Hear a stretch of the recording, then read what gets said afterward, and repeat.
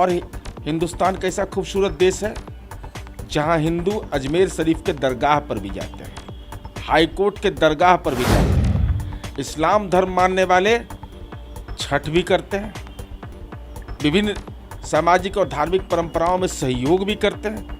हमारे गांव में हमने देखा। सिया वक्फ बोर्ड के पूर्व चेयरमैन वसीम रिजवी साहब ने इस्लाम धर्म छोड़ के हिंदू धर्म अपना लिया। इस पूरे मामले के बाद जो बीजेपी के विधायक है हरिभूषण ठाकुर जी, उन्होंने बेहतर कदम बताया। इस बयान देने के बाद ही लगातार विवाद गहराता जा रहा है। इन तमाम मुद्दों पे बात करने के लिए हमारे साथ पूर्व मंत्री विधान पार्षद नीरज कुमार जी हैं। उनसे बात करेंगे और समझने की कोशिश करेंगे कि जिस प्रकार से हरिभूषण ठाकुर जी ने बयान दिया, क्या मानते कितना सही बयान है।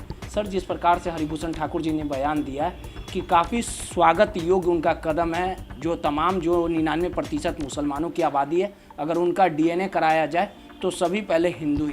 क्या कहेंगे? देखिए, हिंदुस्तान का जो संविधान है वह बाइबिल है, रामायण है, कुरान शरीफ है। और इतिहास के काल चक्र में जब जाएंगे तो स्वामी विवेकानंद ने अपने जो महत्वपूर्ण उनके ग्रंथ हैं उसमें साफ तौर पर लिखा है कि ऐतिहासिक काल में धर्मांतरण सामाजिक आर्थिक कारणों से हुआ है, जकड़न से हुआ है।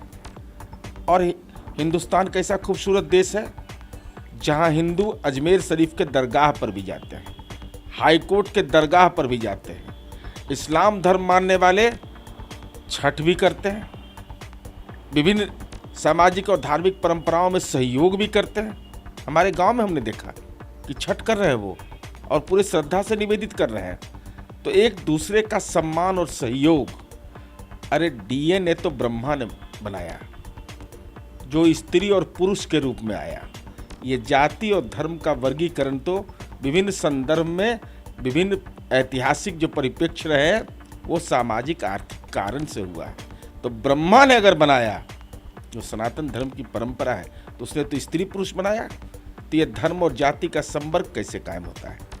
इसलिए ऐसे सवाल जो मनुष्य का निजी मसला है कि अब हम हिंदू धर्म में हैं तो हम माँ कामाख्या की आराधना भी करेंगे, हम नाथ संप्रदाय में हैं तो हम मोहम्मद बोध को भी पढ़ते हैं। गोरखनाथ संप्रदाय है ना, उसमें मोहम्मद बोध भी है। तो इसका मतलब क्या है कि देश के अंदर में सब धर्म के लोग, परमात्मा एक है, उनको विभिन्न रूप मानने का तरीका होता है।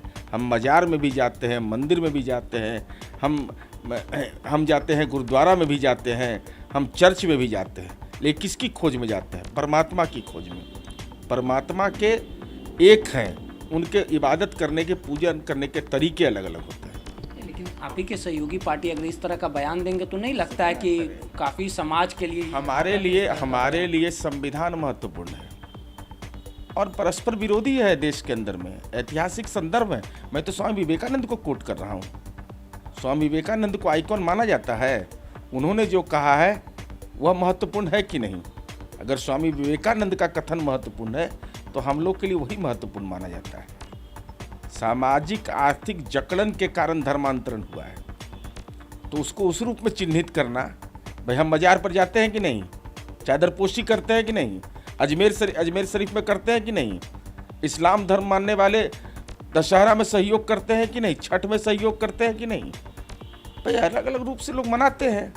विभिन्न धार्मिक जो समूह है अपने अपने मान्यताओं के हिसाब से चलते हैं, सामाजिक मान्यताओं के। यही तो हिंदुस्तान की खूबसूरती है कि हर 15 किलोमीटर पर भाषा बदल जाएगा। इसका मतलब क्या है? अब कोई मान लीजिए कि कोई त्यागी लिख रहा हो, अब कोई शर्मा लिख रहा है, तो शर्मा तो त्यागी एक ही माने जाते हैं। बिहार के संदर्भ जोड़ेंगे तो उसका संदर्भ क्या निकलेगा? इसलिए ऐसे सवाल पर हम समझते हैं कि इतिहास के विभिन्न जकड़न रहे हैं, सामाजिक आर्थिक जकड़न रहे, उसको दृष्टिगोचर रखना चाहिए।